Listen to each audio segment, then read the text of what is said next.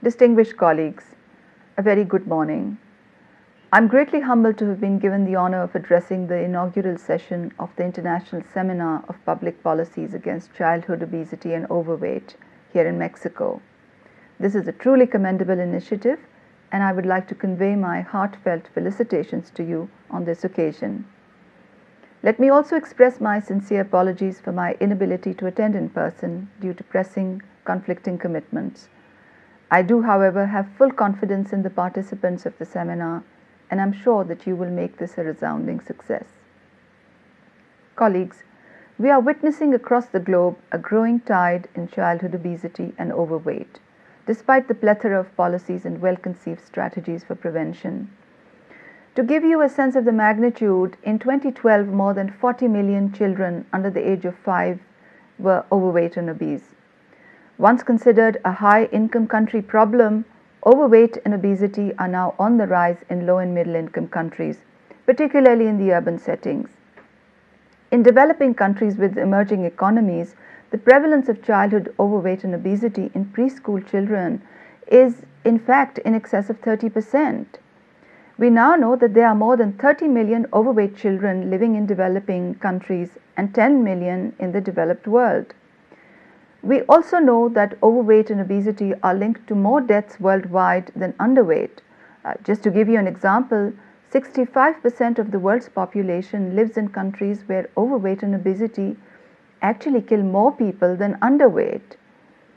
Many of these developing countries present a double burden of malnutrition, with overweight and obesity coexisting with food insecurity, undernutrition, and stunting.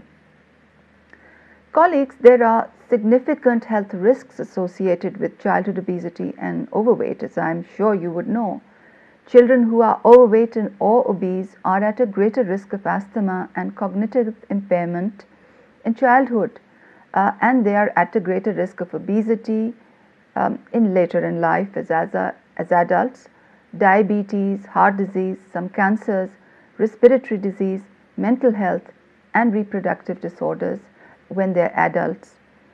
The consequences of the rapid rise in childhood obesity include not only health consequences but also negative impacts on the opportunity to participate in educational and recreational activities, and they also increase the economic burden at familial and societal levels. The rapidly rising rates of childhood obesity and subsequent increasing burden of disease and disability have grave social and economic consequences. They contribute to rising cost of health services, and they limit opportunities for economic growth as well. These trends have huge implications for the future burden of non-communicable disease, which cause 68% of all world deaths and are projected to incur cumulative economic losses of over $7 trillion between 2011 and 2025. The costs for the healthcare system are astounding. I'm sure you would know this in Latin America, where universal health coverage is, as it should be, a widely adopted policy goal. Colleagues, every aspect of the environment in which children are conceived, born, and raised can contribute to their risk of becoming overweight or obese. During pregnancy, gestational diabetes, which is a form of diabetes occurring during pregnancy, may result in increased birth weight and risk of obesity later in life. Lack of information about sound approaches to nutrition and poor availability and affordability of health foods contributes to the problem. The aggressive marketing of energy-dense, highly processed foods and beverages to children and families further exacerbate the problem.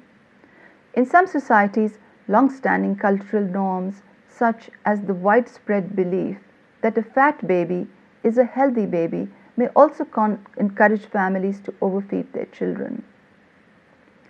The increasingly urbanized and digitalized world offers fewer opportunities for physical activity through healthy play.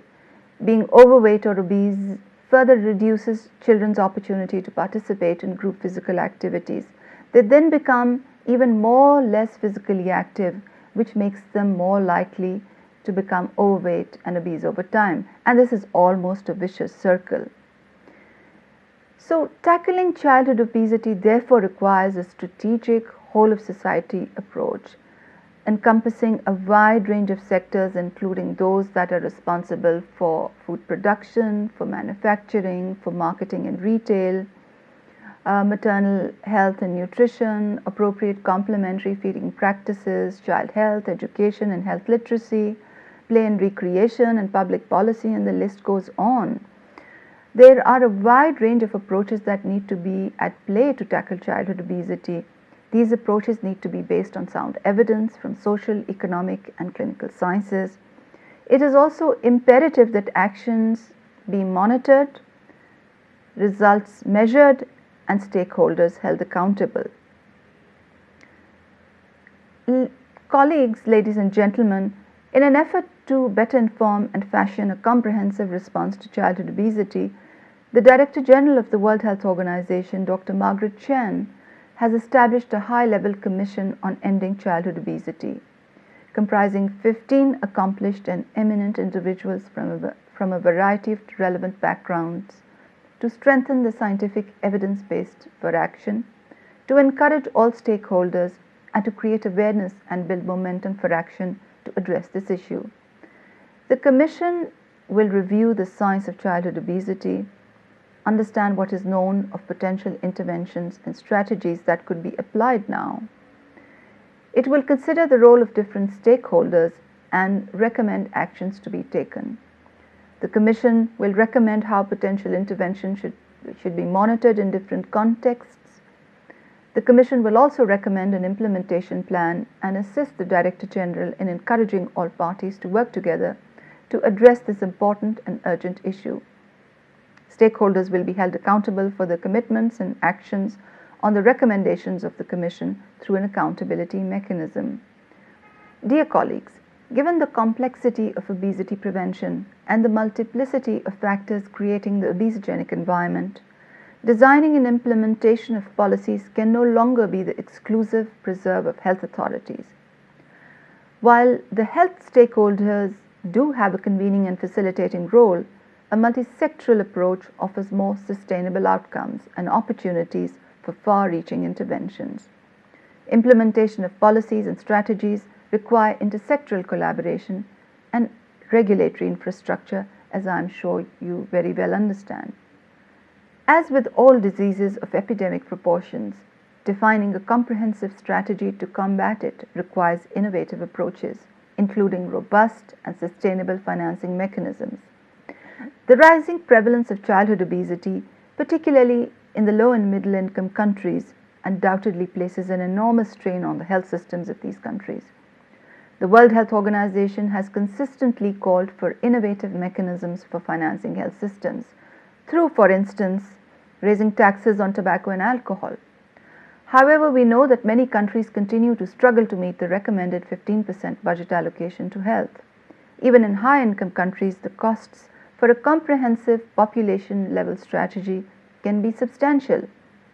For example, the United Kingdom's government's strategy Healthy Weight, Healthy Lives, aimed at reversing the rise in obesity prevalence in UK, comprised funding of £372 million for the period 2008 to 2011, on top of additional investment of £1.3 billion in school food, support and play initiatives.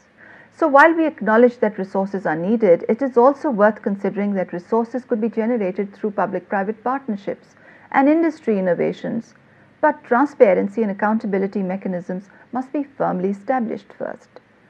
The combined government and private sector resources totaling more than $50 billion leveraged to address HIV, AIDS, tuberculosis and malaria in developing countries provides a potentially relevant precedent for obesity prevention in resource-constrained countries experiencing undernutrition and obesity as a double burden.